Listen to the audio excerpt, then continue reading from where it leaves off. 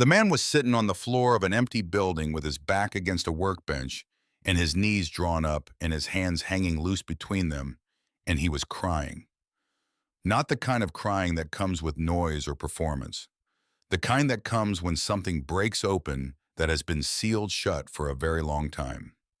The kind a man does alone in the dark when he finally understands something he wasn't ready to understand before. There was dust on the floor around him, dust on the windows that filtered the afternoon light into something gray and soft. Dust on 14 motorcycles lined up along the walls like soldiers standing at attention for a general who was never coming back.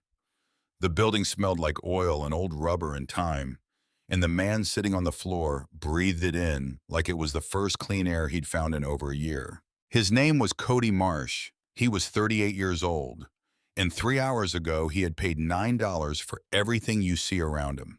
$9, not an investment, not a plan. A last resort dressed up as an accident, the kind of decision a man makes when he has run out of better options, and something in him moves anyway towards something it recognizes before the rest of him does. To understand how a man ends up on the floor of a dead stranger's life, weeping quietly in the dust, with his hands loose between his knees, you have to start about 14 months earlier. You have to go back to a Wednesday afternoon in Colorado Springs when Cody Marsh stopped being a member of the Hells Angels and started being something he didn't have a name for yet. It wasn't a dramatic exit. That's the part nobody tells you about when they talk about men losing everything. When you picture it, you picture fire and noise and confrontation, voices, raised fists, maybe some kind of rupture you can point to afterward and say that was the moment, that's where it broke. But it wasn't like that. It was paperwork and silence and a conversation in a parking lot behind a bar on a Wednesday afternoon that lasted 11 minutes and ended with a handshake that felt like a door closing from the inside. Quiet, final. The kind of ending that doesn't announce itself until it's already over. The debt was $4,200. Not a number that should end anything. Not a number that should cost a man the only brotherhood he'd known since he was 22 years old. The only structure that had made sense to him in a world that had never made much sense otherwise. But the debt had been manufactured, and Cody knew it, and the men above him in the structure knew he knew it. And none of that mattered because the structure had its own logic and its own needs. And one of its needs at that particular moment was for Cody Marsh to be somewhere else. The debt was the mechanism. The outcome had been decided before the debt existed. He had no criminal record. He had never been arrested, never been charged, never been the man in the situation who did the thing that couldn't be walked back. He left without violence. He didn't threaten anyone on his way out, and he didn't make speeches about what they were doing to him, and he didn't beg for a reconsideration he wouldn't have gotten anyway. He shook the hand that was extended to him, got in his truck, and drove back to the trailer he had been living in since he was 26 years old. He sat in that trailer for 3 days. He didn't call anyone because there was no one to call who wasn't already part of the structure he'd just been removed from or who would understand what it meant to be removed from it. He didn't go anywhere because everywhere he went was either a place that reminded him of what he'd had or a place that reminded him of what he didn't. On the 4th day he got up, made coffee in the small kitchen that had never felt entirely like his kitchen, even after 12 years of using it, and started looking for work. The 14 months that followed were the kind that don't make good stories because nothing dramatic happens. A man wakes up, he works, he comes home, he sleeps, he wakes up again. The work was whatever he could find, and what he could find was mechanical work, mostly because that was what he was good at. That was the one thing nobody had ever been able to manufacture a reason to take from him. And it came in pieces, a job here, a referral there. A week of steady work followed by 2 weeks of nothing. Nothing that added up to anything that felt like a life being built towards something. He lost weight. Not in a visible, alarming way that would make people ask questions. Just the gradual lightening that happens to a man when he stops having anything to look forward to at mealtimes, when eating becomes a maintenance task rather than a pleasure. He stopped going to places where he might run into people who knew him from before, which meant he stopped going to most of the places he used to go, which meant his world got smaller. Not because he was hiding exactly, because smaller was easier to manage. A smaller world had fewer edges to run into. He wasn't broken. That's important to say clearly because broken is the wrong word, and the wrong word leads to the wrong understanding. He was intact. He got up every morning, and he did what needed to be done, and he didn't feel sorry for himself in any way that would have been visible to an outside observer. He wasn't drinking too much or picking fights or doing any of the things men do when they're actually broken. He was functioning. He was maintaining. But there's a difference between intact and whole, and that difference is significant.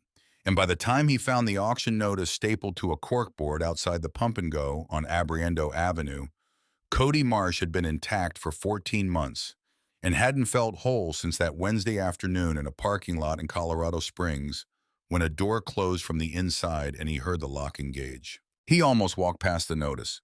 It was the kind of notice that has been printed 10,000 times in 10,000 small American cities, hand-printed on standard paper, barely visible between a flyer for a lost dog and an advertisement for a lawn care service that had been there long enough to fade at the edges. He almost walked past it, and then something in him pulled his attention back the way a compass pulls without asking for permission, and he stopped and read it. Minimum bid $9. Former commercial property. Route 50, Pueblo, Colorado. Harley-Davidson dealership closed. He read it twice.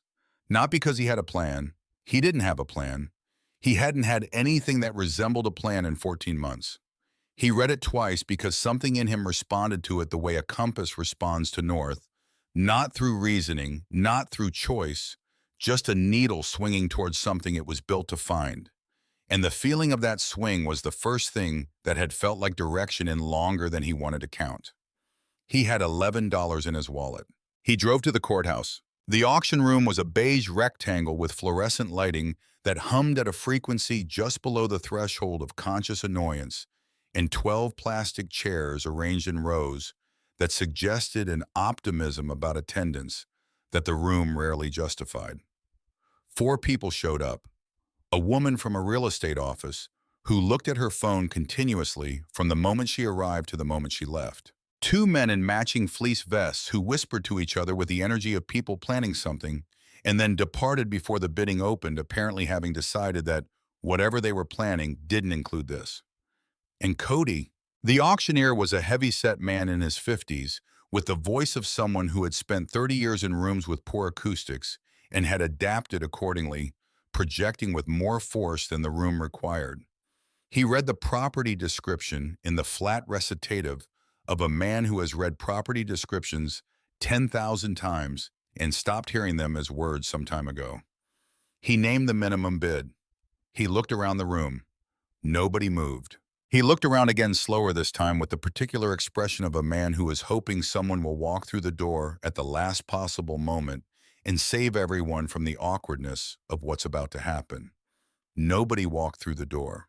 Cody raised his hand. The gavel came down, and the sound it made bounced off the walls of that beige room in a way that seemed disproportionate to the occasion, too large, too resonant, as if the building itself was uncertain how to absorb what had just transpired. The auctioneer handed him paperwork. He signed where indicated. He received a key on a plain metal ring. Just the one key, no tag, no label, a key that unlocked something and expected you to figure out what. He put it in his jacket pocket and walked to his truck and sat there for 10 minutes without starting the engine. He wasn't thinking about what came next. He genuinely didn't know what came next, and the not knowing was different from the not knowing he'd been living with for 14 months. This not knowing had something underneath it, some quality of the ground being there even if he couldn't see it yet. He sat with that for 10 minutes. Then he turned the key and drove to Route 50. The dealership sat just past the old grain elevator on the eastern edge of Pueblo, at the place where the city starts thinking about becoming something else, where the buildings get farther apart and the sky gets more room to be itself. The sign above the door was missing half its letters, the remainder spelling out something that had once been a name and was now just a suggestion. The parking lot was cracked asphalt with weeds pushing up through every joint. Not the tentative weeds of recent neglect, but the established confident weeds of a place that has been left alone long enough for the natural world to begin reclaiming its original opinion of the land. He unlocked the front door and pushed it open and stood in the doorway for a moment before stepping inside the way you stand at a threshold when you understand that crossing it is going to change something. 14 motorcycles, every one of them under a layer of dust so thick it had changed the color of everything, turned chrome to gray, turned black leather to something softer and older and more ambiguous. They were lined up along the walls with a deliberateness that spoke of someone who believed things had proper places, and that keeping them in those places was not merely practical, but a form of respect, a way of saying that the things themselves mattered. The tools on the pegboard behind the service counter were outlined in black marker, every single one, each outline drawn with care to match the exact shape of the tool it was meant to hold, so that anyone working here could see at a glance not only what was present, but what was absent, the negative space, as informative as the positive. Cody had encountered this system before in shops run by men who understood that a missing tool cost more than the tool's value, that the time spent looking for what should be in its place is never recovered. The coffee mug on the front desk had a ring at the bottom, where the last cup had evaporated slowly over the months, leaving its circular record on the ceramic. The calendar on the wall had stopped on a Tuesday in March, not torn or forcibly stopped, but simply stopped the way a calendar stops, when the person who was turning its pages no longer has any reason to. And on a stool behind the counter, folded with the same precise care as the organization of tools on the pegboard, a pair of work gloves, dark leather, worn at the palm but maintained, folded as if their owner had set them down for a moment and intended to come right back. Cody walked slowly through the space. His boots left prints in the dust on the concrete floor, the first new prints in however long it had been since the last person walked here. He wasn't excited. He told himself he wasn't hopeful, though the telling itself suggested otherwise. He was a man walking through a dead man's life, trying to understand what he was supposed to do with what he'd found. And the feeling of it was somewhere between reverence and confusion, and something else he didn't have a clean word for. He moved through the showroom, ran his hand along a fuel tank without lifting the dust from it, just feeling the shape of the metal underneath his palm, the curve of something that had been designed with intention and built to last. Pressed a tire sidewall and felt the give of air still holding after all this time. Checked a chain for tension, his fingers reading the slack the way they'd always read it automatically without being asked. A mechanic's hands don't forget the work. Whatever else changes, the hands remember. He went through the service area methodically, the way he walked into any new workspace, learning it before he tried to use it. Checked the lift, tested the air compressor, opened every cabinet, and looked at what was inside without disturbing the arrangement. The parts inventory was incomplete in the specific way that all working inventories eventually become, with gaps where the fast-moving items had been used and not restocked. Shelves carrying too much of something no one needed often, and not enough of what everyone needed constantly. But the organization was meticulous. Everything labeled. Everything placed according to a logic that became clear the longer he looked at it. The system of a man who had been doing this long enough that the logic had become instinctive, who organized the way he breathed without conscious effort. He found a flashlight in the third drawer of the main tool chest, a heavy black aluminum one that still had charge in its batteries. He used it to check the back corners of the service bay behind the lift along the baseboards, where things collected when a space was being used by someone who worked hard and didn't always have time to deal with the periphery. He wasn't looking for anything specific. He was learning the shape of what he'd bought for $9. He came back to the tarp. In the back corner of the showroom, set apart from the other 13 bikes by a deliberate distance of about 6 feet, stood a motorcycle under a canvas tarp that didn't belong with everything else in the room. Everything else had been left as it was, covered or uncovered by the slow accumulation of time and neglect. But this tarp was different in a way that was immediately apparent once you saw it. Cleaner. Not just less dusty, actually maintained the canvas itself cared for. Deliberately placed over something that was being protected rather than merely stored.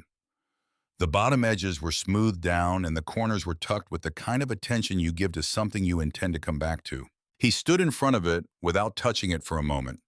Then he turned and walked to the far end of the showroom and stood there and let himself take in the whole space at once, the full picture before any of its parts. This was how he worked in any new environment, acquiring the whole before he focused on the components. Then he went back to the tarp and lifted the corner. The 1987 Harley-Davidson Softail emerged from under the canvas, the way certain things emerged not all at once but progressively. Each revealed inch, adding to the significance of the whole.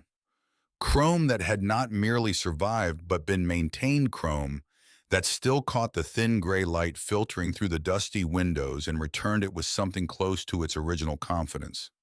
Black paint that hadn't been allowed to oxidize into something diminished. Tires that had been kept at proper pressure by someone who came back regularly with a gauge and a pump, in the intention of keeping this machine ready. This was not a motorcycle that had been put away. This was a motorcycle that had been kept waiting. He crouched down to look at the engine, reading it the way he read all engines for what it said about the person who had cared for it. That was when he saw the box. Between the front tire and the wall, pushed back into the shadow at the base of the baseboard, where the light from the windows didn't reach, was a metal box. Flat and heavy-looking, maybe 12 inches by 8, the kind of fireproof document box that offices and households used before the digital age made physical storage seem redundant.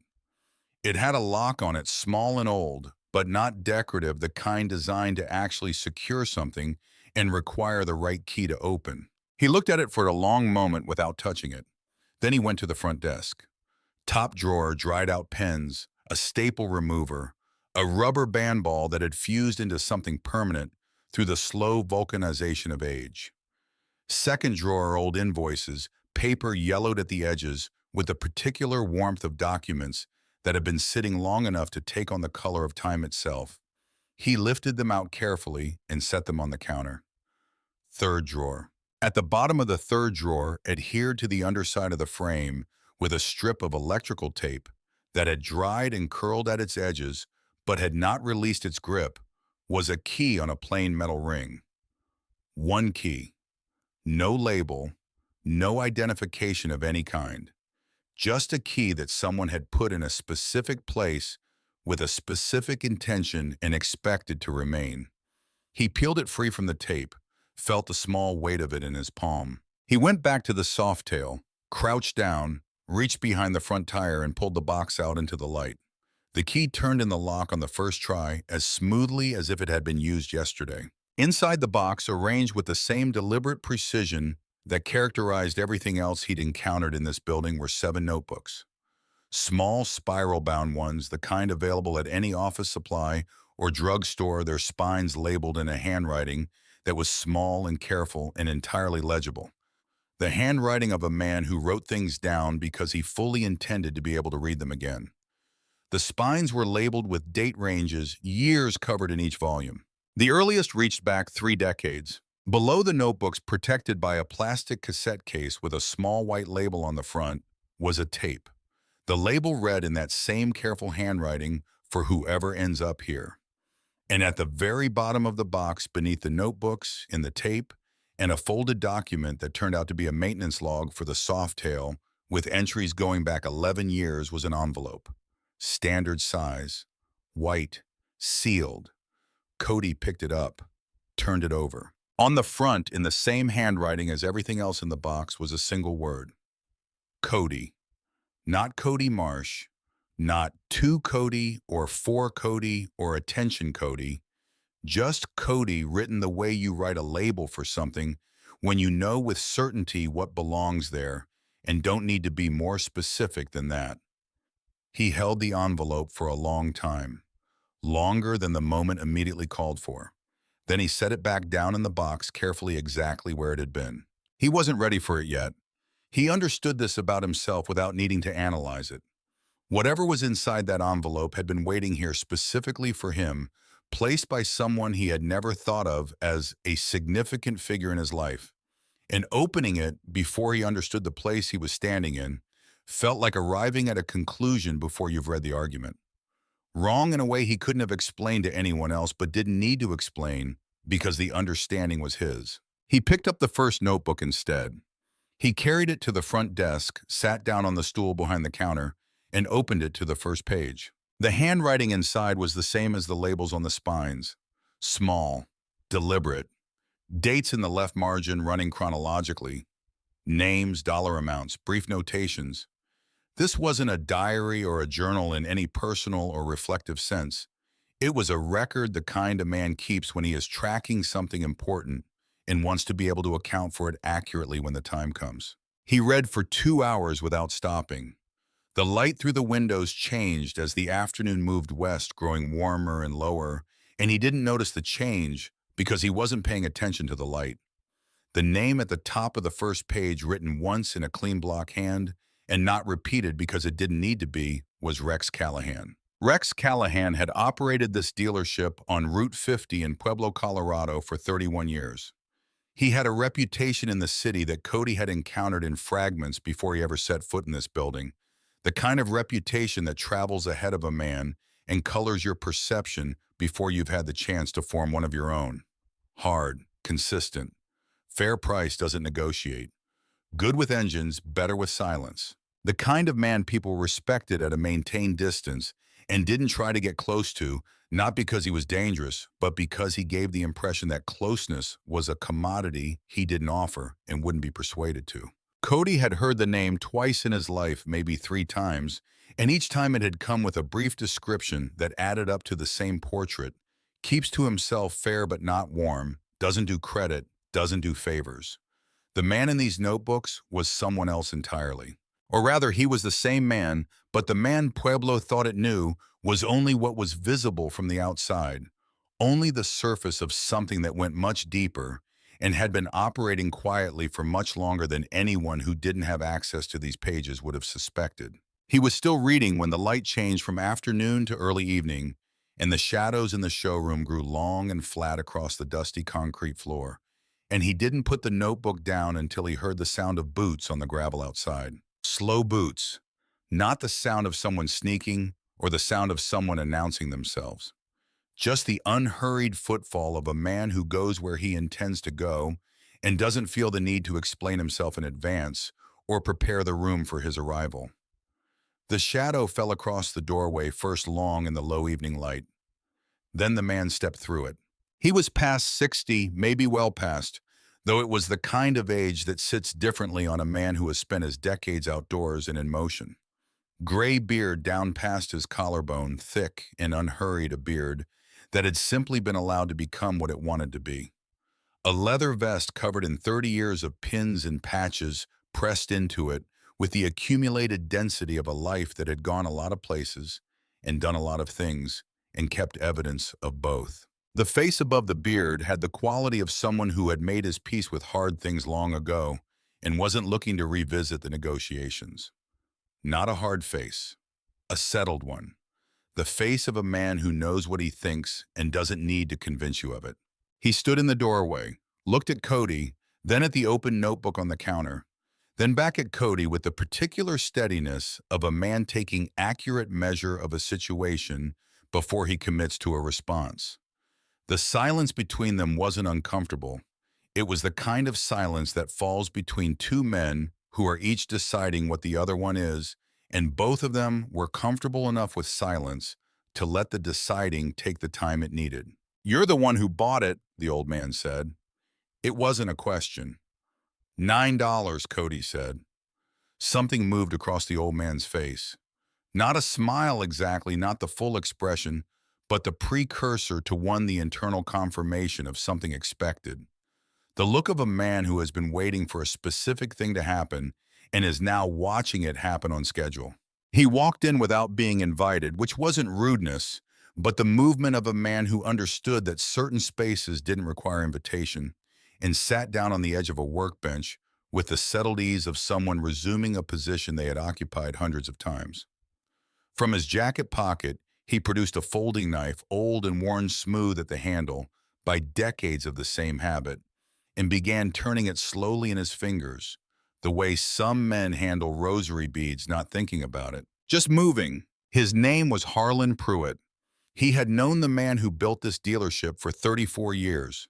They had ridden together through 3 decades of American roads, had worked side by side through countless mechanical problems. large and small, had stood together at the gravesides of people they both knew and cared about. In that way men do when their friendship spans enough years to absorb everything life decides to put in its path. It was the kind of friendship that didn't require maintenance calls or regular check-ins to stay intact, because it was built on something more fundamental than convenience or the simple proximity of living nearby. It was built on the kind of knowing that accretes over decades when two people have seen each other in enough different circumstances that the picture they carry of each other is complete rather than partial. "Those are Rex's ledgers," Harlan said with a nod toward the notebook on the counter. The names settled into the room the way certain names do when spoken by someone who carries real history with the person named. With weight. With the particular gravity that belongs to the names of people who have been talked about for a long time by many people and have somehow remained more complicated than any single account of them. "Tell me about him," Cody said. Harlan looked at the knife turning in his hands, not avoiding the question, finding the right place to begin a thing that had many possible beginnings. He started with a mechanic Rex had hired in the summer of 1989. The man had just finished a stint in county, nothing violent, the kind of mistake a young man makes when he's broke and out of options, and not yet wise enough to see past the immediate pressure. Nobody in Pueblo who had work to offer would touch him, because that's how it goes when a man has county time behind him and is trying to step back into the regular economy. Rex hired him, paid him 30% above the standard rate without explaining why, without making a speech about giving someone a chance. Kept him on for 2 years without ever once mentioning the county time, not when he hired him and not at any point after. By the time the man moved on, he had enough saved to open his own small engine repair shop on the south side of Pueblo. He was somewhere in his 50s now. He still sent a Christmas card to this address every year. Rex had never responded to a single one, but the cards were in a drawer in the back office, every one of them, kept in order by year. Harlan told him about a widow who lived on Abriendo Avenue, not far from the gas station, where Cody had found the auction notice. December of 2011, the kind of December in Colorado that makes the state's relationship with winter feel less like a season and more like an ongoing negotiation that the winter usually wins. The widow's furnace, Puit, a check arrived from a business name she didn't recognize, made out directly to the HVAC company that installed the replacement unit. She spent 3 years asking around carefully and quietly, trying to trace where it had come from. Nobody knew, or nobody who knew was saying so. He told him about a 16-year-old who stole a carburetor from the back lot in 1997. Rex had a security camera that he had never mentioned to anyone, and the kid didn't know about. Rex caught the theft on camera, identified the kid through the network of knowledge that builds up in a community when you've been operating in it for long enough, and drove to the kid's house. He sat down at the kitchen table with the kid's mother.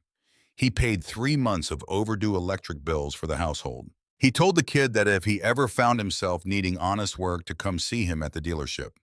The kid showed up 6 months later and asked for a job. He worked at that dealership for 11 years. Story after story, each one specific, each one with the particular texture of something that actually happened rather than something composed to make a point. The texture of truth. Cody listened without interrupting. He had learned over many years that some men need to tell things at their own pace and in their own order, and that the worst thing you can do when someone is trying to give you something real is to hurry them toward it. "Why did he keep it secret?" Cody said when Harlan paused. Harlan folded the knife and turned it once in his palm before answering. "Because the second you let people know you're generous," Harlan said, "you stop being generous. You start being something else, something that needs the audience." Rex didn't need the audience. Cody looked down at the open notebook on the counter. At the columns of dates and names and dollar amounts, the meticulous record of a man who had done things for people and then made sure the doing was never attached to his name where anyone could find it. "How long have you known?" Cody said. "Long enough," Harlan said. "He made me promise. While he was alive, not a word to anybody. I kept that." He paused and looked at the knife in his hand for a moment. "Rex has been gone 16 months. I figured the clock had run its course. 16 months. Cody sat with that number for a moment. Rex Callahan had died 16 months ago. Cody had lost his patch 14 months ago, 2 months apart. Two different kinds of loss happening in the same city without any knowledge of each other. Each one setting something in motion that would eventually lead to a man sitting on a stool in a dead man's dealership reading a dead man's records. "There's an envelope in that box," Cody said, "with my name on it." Harlon nodded. One slow, deliberate nod. "I know," he said. The way he said it carried more information than the two words themselves contained. "He knew me," Cody said. Harlan looked at him steadily with the careful precision of a man choosing between several true things and selecting the most accurate one. "He remembered you," Harlan said. "There's a difference between knowing someone and remembering them." Rex remembered everything that mattered to him. Rex had put the envelope in the box 8 months before he died. He'd called Harlan over, shown him where the box was and how it was locked and where the key was hidden. And he had told him one specific thing about what would happen after he was gone. "Someone named Cody will come for this place. Eventually," Rex had said. "I don't know when. Could be a year, could be longer. But he'll come. When he does, don't call ahead. Don't prepare him. Let him find what's here on his own and be around if he needs someone to talk to." Harlan had asked how Rex could know that. Rex had said, "I just do. I've been watching people work for 30 years. I know what I see." Cody sat with that. The late afternoon light was coming through the windows at a low angle. Now the kind of light that makes dust visible, that turns the ordinary into something that looks like it was lit deliberately. It moved across the floor of the showroom and caught the chrome of the Softail and made it look like something that had been waiting specifically to be seen. He looked at the envelope in the box. He looked at the cassette tape in its plastic case with its patient label. He looked at the 6 other notebooks he hadn't read yet.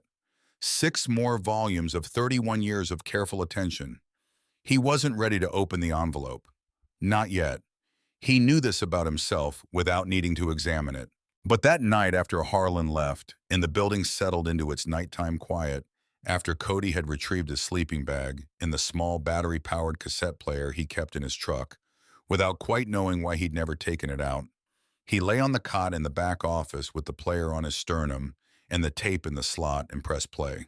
The voice that came out of the small speaker was not what he'd expected, though he hadn't known he'd expected anything until he heard it and understood the difference. It was the voice of a man who was past the age of performing for other people's benefit, who had something specific to say and had taken the time to find the right words before he sat down in front of whatever device he'd used to record this. Who spoke the way serious men speak when they are not trying to be heard, but simply trying to be accurate. Low, unhurried, deliberate. The voice of Rex Callahan. Cody lay in the dark and listened. The tape ran for 22 minutes and 14 seconds. He knew this because the player had a counter, a small red digital readout, and when the tape finished and the player clicked off, he looked at it without meaning to, and the number was there. 22 minutes and 14 seconds. That was how long it had taken Rex Callahan to say what he needed to say. Cody lay in the dark for a long time after it ended without moving. Rex had started without introduction, without the softening preamble people use when they're uncertain of their reception.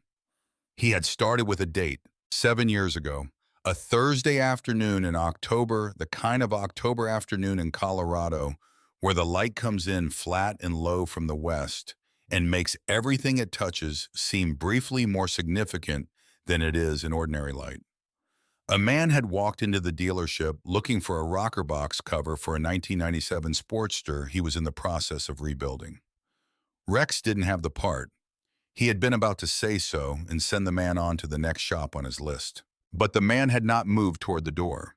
He had stayed at the counter and looked through into the service area with the focused attention of someone who was already thinking about the problem from a different direction, already routing around the obstacle of the missing part towards something that didn't require it.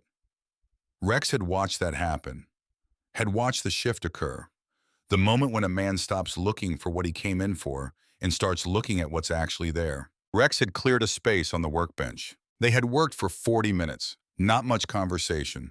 The kind of work that doesn't need words because both people understand what they're doing and why, and adding language would only slow the thinking down. At some point during those 40 minutes, the man had said something one sentence quiet, almost to himself rather than to Rex, the kind of thing a man says when he's deep enough in a problem that the working out loud happens without permission. Rex repeated it on the tape. Cody, lying on the cot in the back office of a dead man's dealership, heard his own words from 7 years ago come back to him in a dead man's voice. He had said the part you need and the part that's right aren't always the same part. He barely remembered saying it. It was the kind of thing that comes out when you're not thinking about how you sound when the problem has your full attention, and the words are just the surface expression of the thinking. He hadn't been making a philosophical point. He had been working out loud, which was something he did when the problem was interesting enough to make him forget there was someone else in the room. But Rex had heard something in it, had heard the quality of the thinking behind the words, the way the sentence came from genuine engagement with the problem, rather than from any desire to sound a certain way or impress the man next to him. I have worked with a lot of men who are good with their hands, Rex said on the tape. Some of them better than you technically. Faster, more trained. But most men, even the skilled ones, are always partly working for the room, partly aware of being observed, of being evaluated. Even when nobody is watching, they conduct themselves as though someone might be. The work is partly performance. You weren't doing that, you were just working. And I've been watching men work for long enough to know that the ones who do it that way without needing an audience, without performing for one, even when there isn't one, those men are rarer than the skill itself. The skill I can find anywhere. The other thing I cannot teach. Cody stared at the ceiling, at the low water-stained surface with its patched corner where someone had repaired a leak with a square of drywall that didn't quite match the texture of the original. He looked at that patch for a long time. Rex had gone on. He talked about the dealership, about what he had built it to be, and why not in abstract or sentimental terms, but in the specific practical language of a man describing the design principles behind a piece of machinery he had engineered himself. He had built this place over 31 years to function as something more specific than a dealership, he said. He had built it to be a place where men who worked with their hands could come and do exactly that without needing to justify themselves to anyone, without needing to explain why the work mattered or defend their commitment to doing it properly. A place where the work itself was the point always and without exception. He had known for some time that eventually he would have to leave it to someone, and that the wrong someone would change what it was into something it was never designed to be. And he had spent a long time thinking about who the right someone was. 8 months, he said on the tape. 8 months of sitting with the question before the answer settled clearly enough to act on. And the answer was Cody Marsh. Not because of the 40 minutes, he said. Not only because of the 40 minutes. Because in 31 years of watching people work, Rex had developed the ability to see past what a person presented and into what a person actually was, and what Cody Marsh actually was. Underneath the patch, in the club, in the particular shape his choices had given his life, was a man who took serious work seriously and didn't need anyone's confirmation that it mattered. That kind of man, Rex said on the tape, doesn't stay down permanently. He goes down because life puts men down and there's no avoiding it. But he comes back up because the work pulls him up. The work is the one thing he knows how to trust when everything else has stopped making sense. And a man who can trust the work will always find his way back to it. You're going to find this place at a low point, Rex said. I don't know what form that low point will take. I just know it'll be there. Because that's when a man needs a floor, and floors don't find men at their high points. They find them when the ground has given way and they need something solid to stand on. This is the floor, Cody. Don't waste it. The tape ended. The counter read 22-14. The player clicked off. Cody lay in the dark with the player on his sternum and the sleeping bag pulled up to his chest and did not sleep for a very long time. What he felt wasn't grief exactly, and it wasn't gratitude exactly, and it wasn't the particular disorientation of being seen clearly by someone who took the time to look, though it was all of those things in combination. What it was mostly was the feeling of something locating him. The feeling of a compass finding north after 14 months of spinning. He was up before light. He made coffee in the small drip machine he'd found behind the service counter, cleaned it out, found a partial bag of grounds in the cabinet above it. The first pot was undrinkable.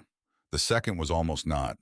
He drank it standing at the front window, watching Route 50 carry its early morning traffic west. The long-haul trucks moving through the pre-dawn dark with their headlights pushing ahead of them. Going somewhere with the confident purposefulness of things that know where they're headed. Then he went to work. Not on the motorcycles yet. He started with the building itself because the building was the container for everything else. And if the container wasn't right, nothing inside it would be right either. He swept the floors first, all of them, the showroom and the service bay, and the back office and the narrow bathroom at the end of the hall. It took 3 hours. The dust came up in rolling clouds and tried to settle back before it could reach the door, and he swept again and again until what came up was manageable rather than overwhelming. He worked methodically, section by section, completing each area fully before moving to the next. Never leaving something half-done because a half-done job has a particular gravity that pulls everything around it toward the same state of incompletion. He found cleaning supplies under the service counter, some of them dried out and gone, some still viable. He used what he could and made a list of what he'd need.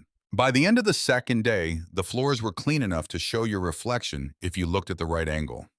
The windows were still dirty from outside, but the inside glass was clear, and the light that came through was actual light, now not the muted filtered approximation that had been getting through the grime. He organized the tool inventory, checked every item on the pegboard against its outline, cataloged the gaps, made a list. He went through the part shelves systematically, learning the inventory the way he learned any complex system, by understanding what it was organized around, rather than just noting what was present. The story the shelves told was the story of a place that had been used seriously and consistently. A place where specific things happened regularly and required specific things to happen properly. On the third morning, a truck he hadn't heard pull up was already in the lot when he noticed it, and Harlon Puit was already inside, already settled on his workbench, already holding a cup of coffee from the pot that Cody handed him without being asked. "You heard the tape," Harlon said. It wasn't a question. Cody nodded once and kept working on the carburetor he'd been rebuilding from a 1991 Sportster that had been sitting in the parts area in pieces, inexplicably disassembled and never completed, waiting for someone to finish what had been started. Harlon picked up his coffee. That was all he said about it. They were quiet together for the better part of an hour, which was the right amount of time to be quiet after something like the tape, because the tape wasn't something to talk about, it was something to absorb. And absorption is a process that doesn't benefit from commentary. Eventually, Harlon brought his Road King around from where he'd parked it at the side of the building. A 1994 dark blue, maintained with the care of a man who understood the value of what he was taking care of. He'd been chasing an electrical fault in it for 3 months, he said. 2 shops had looked at it, charged him for the diagnostic time, and found nothing. Cody set down the carburetor and looked at the Road King. He found the fault in 40 minutes. A chafe point in the wiring harness behind the left saddlebag mount, where the insulation had worn through against a frame bracket over years of vibration, creating intermittent contact that disappeared when you went looking for it and reappeared the moment you stopped. He spliced the damaged section, wrapped it correctly, rerouted the harness away from the bracket with a rubber grommet and a zip tie. Harlon watched him find it. Watched him fix it. 40 minutes, Harlon said. Cody looked up. "Same amount of time Rex spent with you," Harlon said. 7 years ago. He said it simply as an observation, not a speech. Then he picked up his coffee. After that word moved the way it moves in places built on trust rather than advertising. Not through any mechanism a business normally uses to announce itself. Through one man telling another man quietly that there was a place on Route 50 where the work was done right and the price was honest, and the man doing it knew what he was looking at. The first week it was 2 customers. The second week it was 4. Older men mostly, men who had been riding long enough to know the difference between a shop that worked on motorcycles and a shop that understood them, men who brought machines that had been waiting for the right hands. Cody charged what the work was worth. Not what the market would bear, not what he could get away with, what the work was actually worth. He kept a running record in a new notebook he'd bought at the gas station on Abriendo spiral-bound 60 pages, the same kind Rex had used. He kept the coffee on. He found the old countertop radio in the back office and plugged it in, and it worked. Picking up a country station from somewhere west of town with a signal strong enough to reach the service bay without breaking into static. The music didn't fill the building so much as settle into it, the way sound settles into a space that has been too quiet for too long and is ready to hold something again. Some mornings he came in early enough to be there before the light came up, and he would stand in the darkened showroom before he turned on the work lights, just standing in the quiet with the shapes of 14 motorcycles around him and the soft tail in the center where he hadn't yet moved it. And he would think about what Rex had built in this place over 31 years and what it had cost him in patience and consistency and decades of choosing not to be recognized for what he was doing. He would think about that and feel the weight of what he'd inherited settle further into him, the way a tool settles into a hand that is learning to use it correctly, each session adding to the fit. It was on a Thursday morning, 11 days after he'd first turned the key in the front door, that the letter arrived. He found it wedged into the door frame when he came in from the parking lot where he'd started parking his truck around the side to leave the front spaces clear for customers. A standard business envelope, no return address, a law firm's name in the upper left corner, in the particular font that law firms use, restrained and precise, calibrated to suggest authority without overt aggression. He opened it at the front counter with his coffee. 4 pages. The dense, carefully constructed language of a document designed to carry maximum threat while maintaining the surface appearance of professional neutrality. He read it slowly. Then he read it again. Stripped of its legal architecture, the substance was simple. A man named Stanton Callahan, described as the nephew of Rex Callahan, was asserting that the auction by which the property had transferred to Cody contained procedural irregularities. 3 specific points were cited, each one phrased with just enough technical language to sound serious to someone unfamiliar with Colorado auction law. The letter demanded that Cody vacate the property within 30 days or face litigation. He set the letter down, picked up his coffee, drank it. He'd spent 14 months being knocked down by things beyond his control. He understood what panic felt like, and he understood that giving into it had never once improved any situation he'd been in. The paperwork was clean. He had the receipt, the signed transfer document, the courthouse record. Whatever Stanton Callahan expected to find, he was going to find paperwork that held. But paperwork cost money to defend, and money was something Cody had very little of. He called Harlon. Harlon listened to the entire letter being read to him without saying anything. When Cody finished, there was a silence of about 4 seconds. "Give me a day," Harlon said. The day that followed was the longest Cody had spent since the first days after losing his patch. He worked through it because work was the only thing he'd ever found that reliably quieted the part of his mind that wanted to spiral outward into the worst available version of every possible outcome. He serviced 2 fat boys that a customer had brought in on a trailer, both of them carrying the accumulated deferred maintenance of machines that were loved but not ridden as often as they deserved. And he worked through lunch and through the afternoon until the light started going. He ate at the workbench and slept on the cot and got up before light and started again. 27 hours after he'd called Harlon, a truck turned into the lot. The man who got out was around 60. Not tall, but the kind of compact and contained that reads as substantial, the posture of a man accustomed to rooms where decisions are made and comfortable operating in them. He walked to the front door without looking around, without the tentative approach of someone uncertain of his welcome. He moved like a man who had been told where he was going and had no reason to hesitate about getting there. He came in, looked around the showroom once with the thorough efficiency of a man who has trained himself to see spaces accurately and quickly. Extended his hand. His name was Brent Caudle, retired attorney, born in Pueblo, raised in Pueblo, practiced law in Pueblo for 32 years before stepping back. He had the handshake of a man who had spent decades understanding that first impressions mattered and had never stopped treating them accordingly. He sat across from Cody at the front counter, asked for the letter. Cody handed it over. Brent read it in less than 2 minutes, which told Cody something specific about how familiar Brent Caudle was with this category of document. He folded it when he was done and placed it on the counter with the care of a man who respected paper. "This goes nowhere," he said. His voice was level and certain, not dismissive. "The auction was correctly conducted and properly documented," he said. "Stanton has no standing on any of these 3 points. This is a pressure tactic. I'll have a response filed by the end of the week." "What do you charge?" Cody said.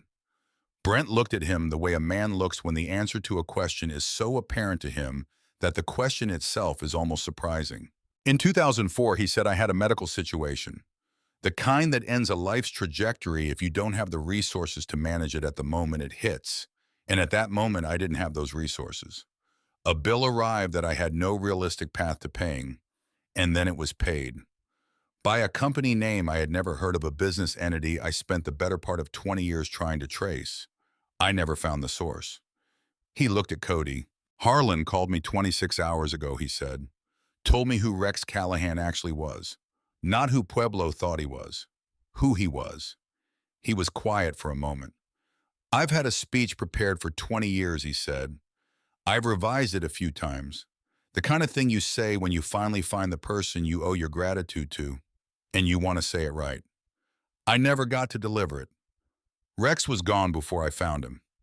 He looked at Cody steadily. "Consider this the payment," he said. He was gone in 20 minutes, taking with him the auction documentation and the letter and the calm, purposeful energy of a man who has somewhere to be and knows what he's going to do when he gets there. Stanton's claim dissolved in under 2 weeks. The response Brent filed addressed each of the 3 alleged irregularities with a specificity that made clear the respondent not only understood the relevant statutes, but could have written them. Stanton's law firm sent a brief acknowledgement noting that their client had decided not to pursue the matter further. That was it. A piece of paper and then silence. Cody was at the parts counter when Brent called with the news, refining his inventory list. He listened, said thank you, and meant it in a way the word doesn't always manage to carry.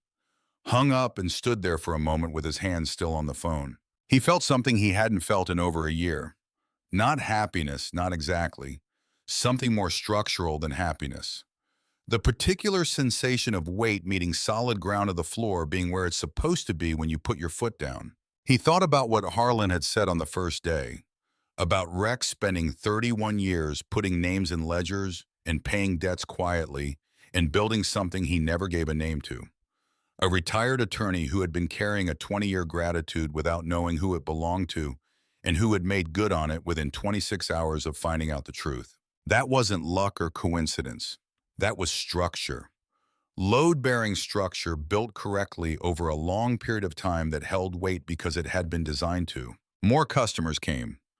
The word continued to travel in the way that honest work travels slowly, and then with gathering momentum through personal recommendation from men who had been to the shop and found it to be what it presented itself as.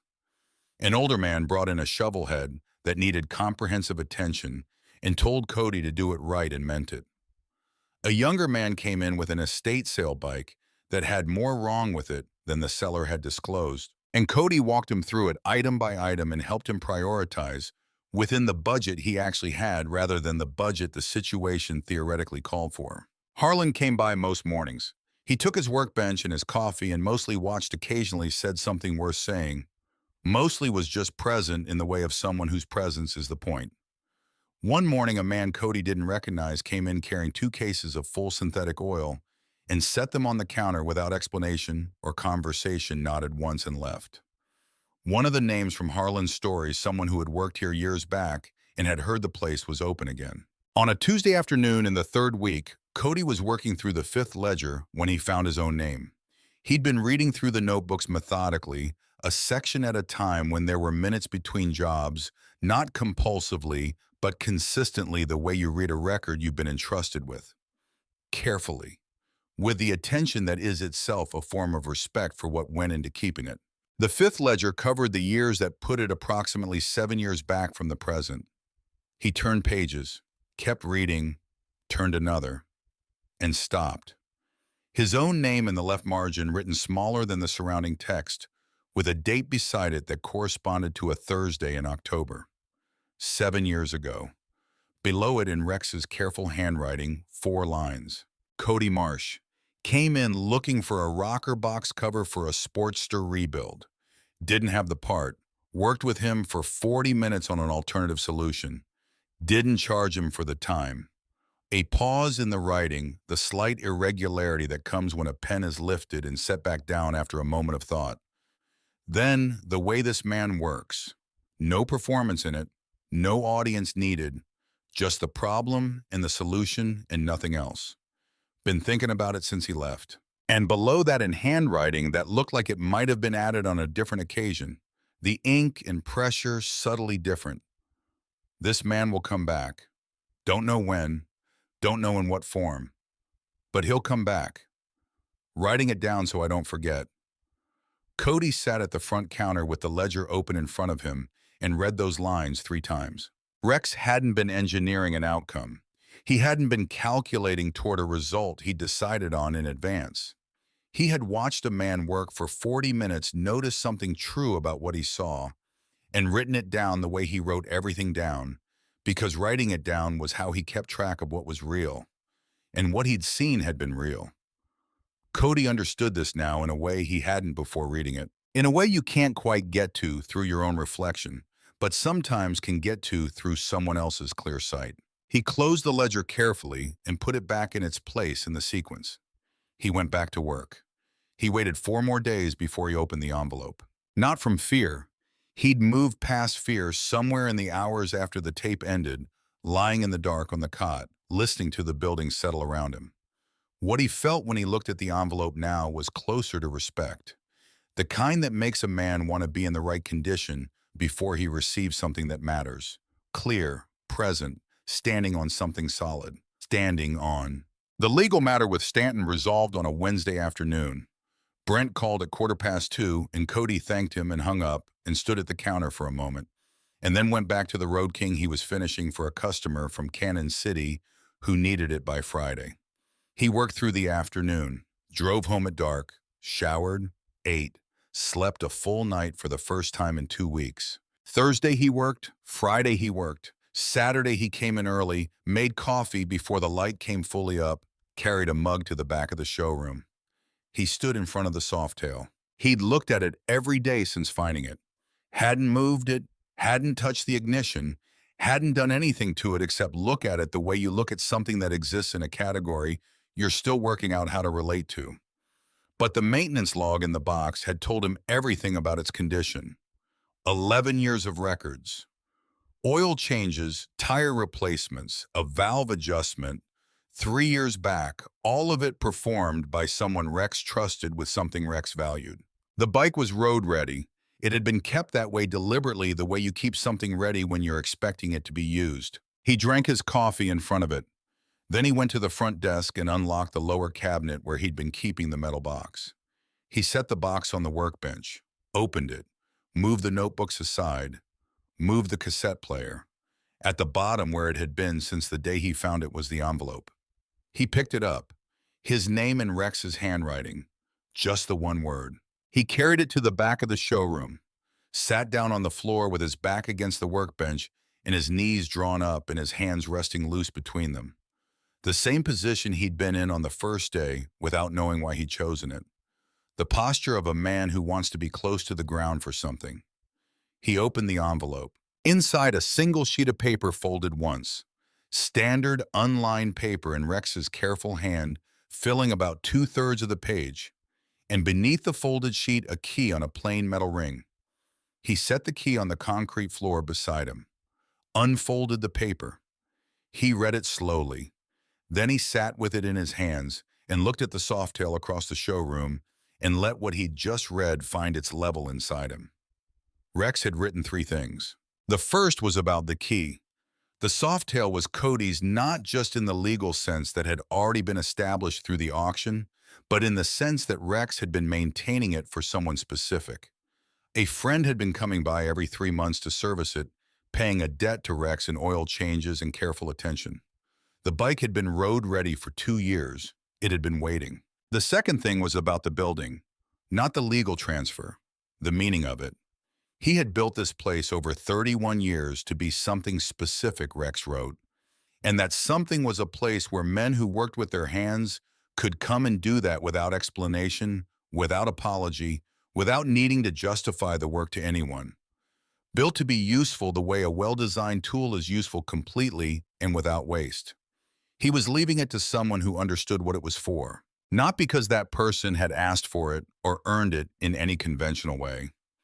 Because Rex had watched him work for 40 minutes 7 years ago and understood he was looking at the right person, and Rex had learned over a long life to trust what he understood. The third thing was the last paragraph, shorter than the others. You came in here 7 years ago and solved in 40 minutes something I'd been looking at wrong for a week. Not because you were smarter than me, because you weren't trying to prove anything. You were just working. I've thought about that afternoon more times than makes sense for something that lasted less than an hour. The way a man works when nobody's watching tells you everything about what he's made of. You didn't know I was watching. That's the whole point. And below that, the two sentences that weren't on the tape, the ones Rex had kept for the paper for this moment. Don't waste it, Cody. I ran out of time. You haven't. He sat on the floor of the showroom for a long time. The feeling that moved through him was the kind that doesn't arrive clean. It came mixed grief and gratitude arriving together the way they often do when they belong to the same source, tangled up with the complicated sorrow of beginning to really know someone through what they left behind after they were gone. It wasn't loud. It didn't shake him. It moved through him the way water moves through something porous, finding every interior space, filling each one. He let it happen. He didn't try to redirect it or compress it into something more manageable. He sat on the floor of Rex Callahan's dealership with a dead man's letter in his hands and a dead man's motorcycle 10 feet in front of him, and let himself feel the full weight of what he'd been given. When the feeling had finished with him, he folded the letter carefully and put it back in the envelope. Put the envelope back in the box. Picked up the key from the floor. He stood up. He walked to the soft tail, fit the key into the ignition, didn't turn it yet, just stood with his hand on the grip and looked at the machine for a moment, the chrome that someone had kept polished through 11 years of quarterly visits, the paint that hadn't been allowed to fade. Then he stepped back and looked at the center of the showroom floor. He pushed the soft tail slowly and carefully out from its position into the center of the room. Not against a wall, not tucked in a corner. The center where the light from the windows reached it first, where anyone walking through the front door would see it immediately, where it could be what it was without being hidden or diminished. He took the tarp and folded it neatly and put it on the shelf in the back where he kept the shop rags. The soft tail stayed where he'd put it. He built the weeks that followed around the work, not frantically and not with the driven intensity of a man trying to outrun something that's gaining on him. With the steady, purposeful pace of a man who has found what he's supposed to be doing and is doing it. The pace Rex had watched and written down. The pace that didn't require an audience. He expanded the tool inventory, replacing what was missing from the pegboard outlines, adding what the increasing work required. He restocked the parts shelves from the revenue the first weeks of customers had generated, keeping track of every dollar in and out in his notebook. He hung Rex's 7 ledgers on the wall behind the front counter, not as decoration or memorial, but as reference as the document of principles that had built this place and would continue to guide it. Hanging them where he could see them every day meant being reminded every day of what this floor was built to hold. Harlon noticed them on his next morning visit. He came in, poured his coffee, turned to settle onto his workbench, and stopped. He looked at the ledgers on the wall for a long moment without saying a word. Then he sat down and drank his coffee and didn't say anything about them, which was exactly the right response. The customers kept coming. Reputation built the way honest reputation builds slowly and solidly through the actual experience of people who had been to the shop and found it to be what it said it was. Men who came once came back. Men who came back told others. On a Thursday afternoon in the second week of November, a young man came in pushing a 1998 Sportster that had quit on him 3 blocks away. He was 19 or 20 at the particular age where a man has become responsible for his decisions, but hasn't yet fully absorbed the consequences of all the ones he's made. The bike had been bought from a private seller who had failed to disclose that it needed everything. Cody put it on the lift. He spent 3 hours on it, found a carburetor that needed a complete rebuild, a chain-worn dangerous brake pads, front and rear, that had been metal on metal for longer than was safe to consider, and an electrical ground fault causing the intermittent stalling that had finally become total failure 3 blocks from the dealership. He addressed all of it, ordered the carburetor kit, had it the next morning, went back in for another hour. He wrote up the bill. Parts only. Left his labor off. The kid looked at the number, looked up at Cody. Why, he said.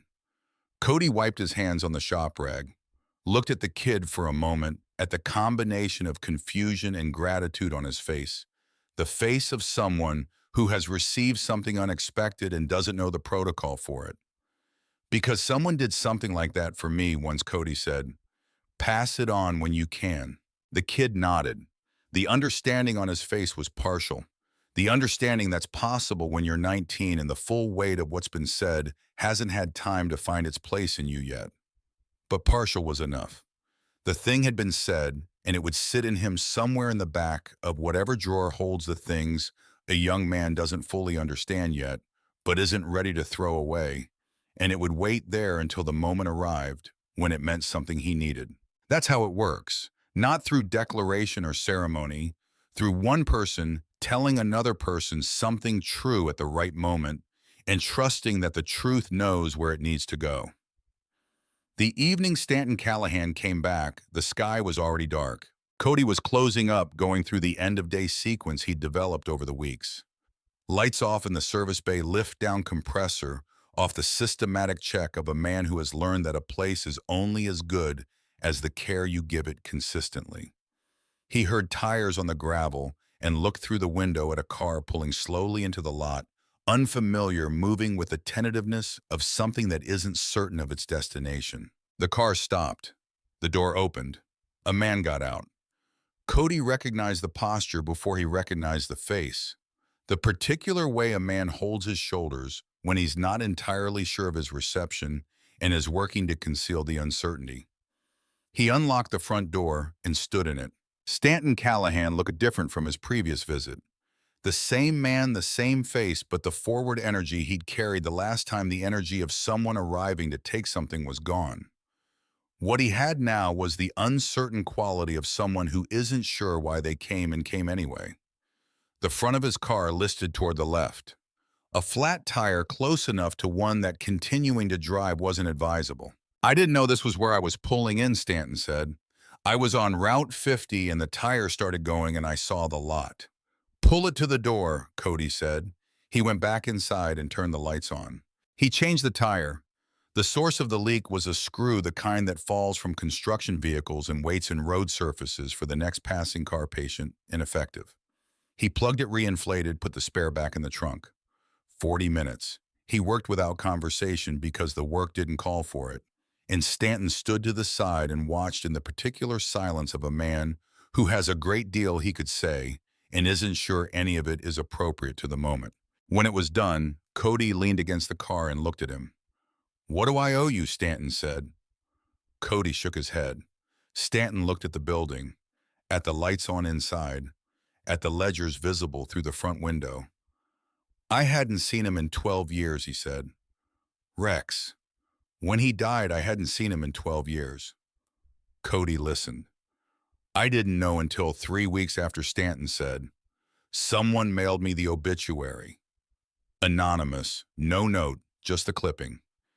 He looked at the ground. I thought there'd be something, he said.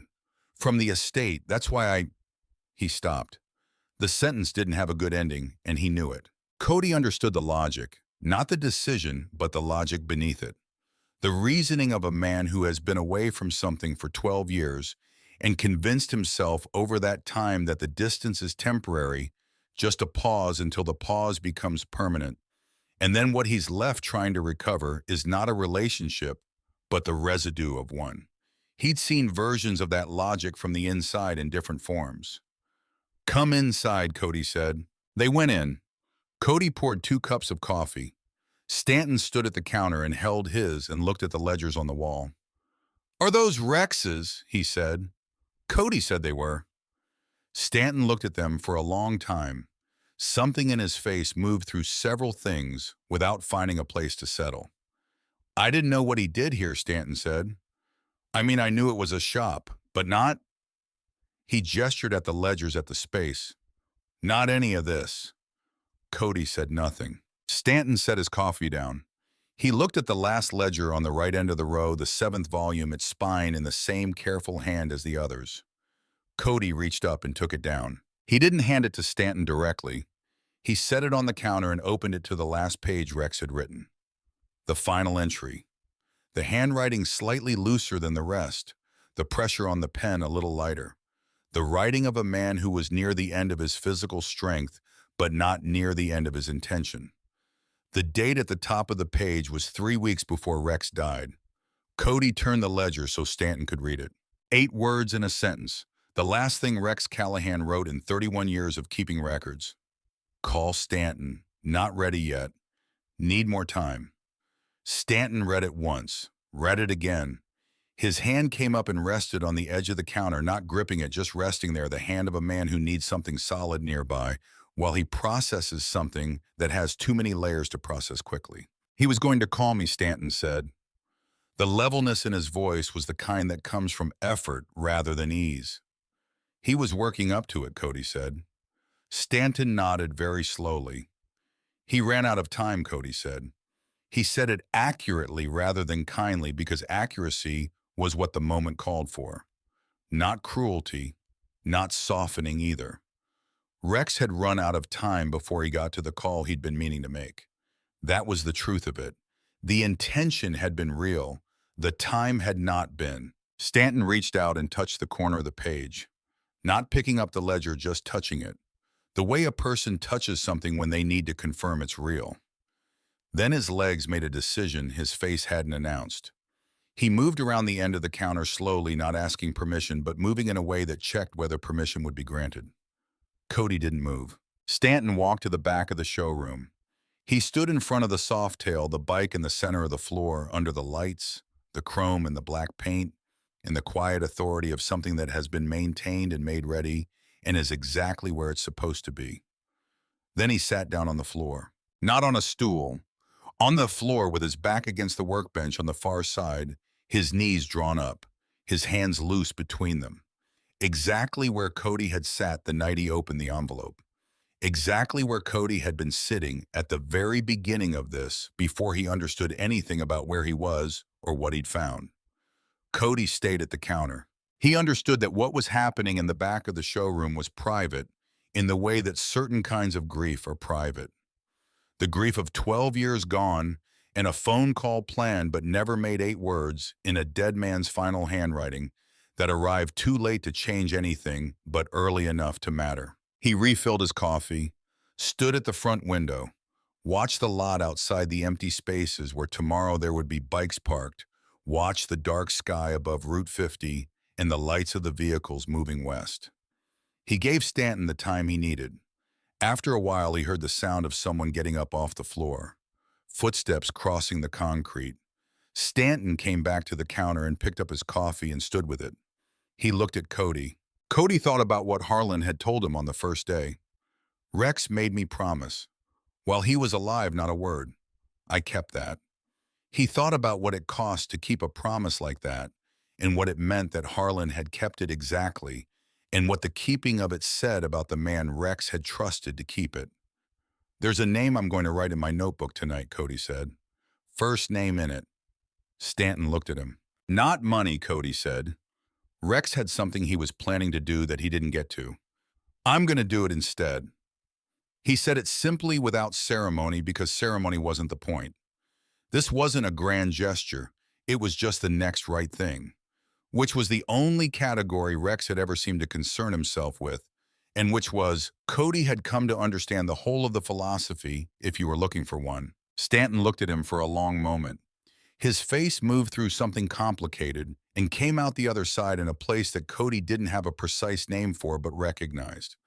The place a man arrives when he's been given something he didn't earn doesn't yet entirely know how to hold, but is going to figure out. He nodded. He set down his coffee mug, picked up his jacket, walked to the door, stopped with his hand on the frame and turned back. He looked at the ledgers on the wall, at the soft tail in the center of the showroom floor, at Cody standing behind the counter in the space Rex Callahan had built over 31 years and filled with 31 years of careful, unhurried, unannounced attention to the people who came through the door. "Thank you," he said. He meant it for more than the tire. Cody nodded once. Stanton walked out. His footsteps crossed the gravel. His car started and the headlights swept across the front window and he pulled out onto Route 50 and the sound of his engine faded west toward wherever he was going next. Cody stood in the quiet building. Then he went behind the counter and picked up his notebook. His own, not Rex's.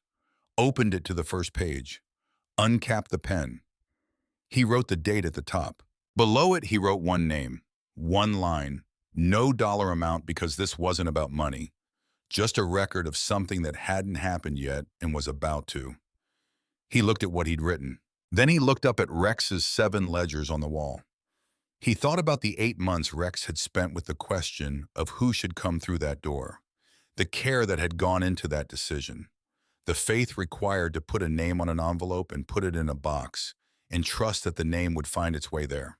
He thought about Harlon, 34 years of friendship and a promise kept exactly and without complaint, and a phone call made to a retired attorney 26 hours before it was needed. He thought about Brent Caudle and his 20-year speech finally delivered to the wrong person in the right cause, about the man who brought oil without explanation and left without staying for thanks, about the kid with the Sportster carrying something he didn't understand yet, waiting for the moment when he'd need it. He thought about Rex's voice on the tape, the care of a man who had found the right words before he sat down to speak, because the words mattered, and the person hearing them mattered, and the occasion deserved that effort.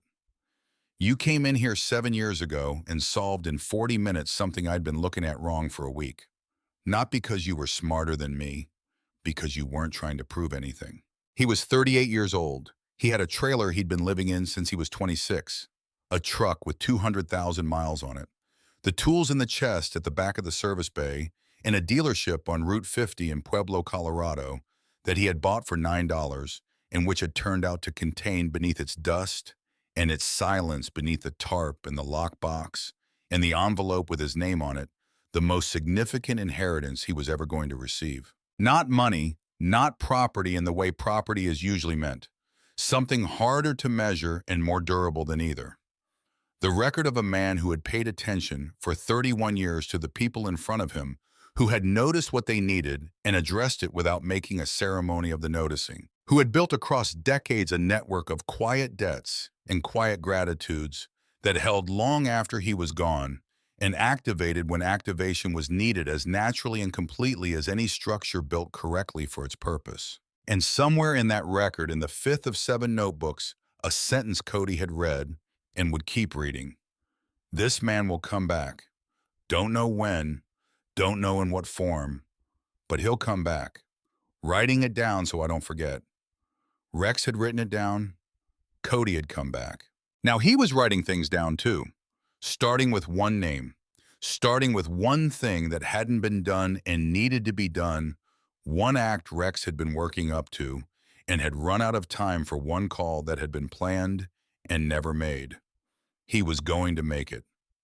The coffee maker clicked off in the corner, its timer done. Cody capped the pen, closed the notebook, looked around the showroom one last time, the soft tail in the center of the floor where it belonged, the ledgers on the wall where he could see them every day, the tools on the pegboard, each in their outlined place, the front window showing the empty lot and the dark sky above Route 50, and the faint glow on the western horizon where the mountains held the last of something the day had been. He turned off the lights, locked the front door, went to his truck parked around the side, now leaving the front spaces clear. Sat in the cab for a moment without starting the engine the way he'd sat outside the courthouse the day the gavel came down, the way a man sits when he needs a moment to let what just happened become what happened. Then he drove home. And in the morning he came back as he had come back every morning, as he would continue to come back, because the work was here, and because Rex had seen something true about him and written it down and built a floor for him to stand on, and because a dead man had done all of that in silence across 7 years and 31 years and had asked only one thing in return: don't waste it. The lot was empty when he pulled in. The sign above the door was still missing its letters. He'd get to the sign. There were other things first. He unlocked the door, went inside, started the coffee, went to the counter, opened the notebook, looked at the name on the first page, picked up the phone.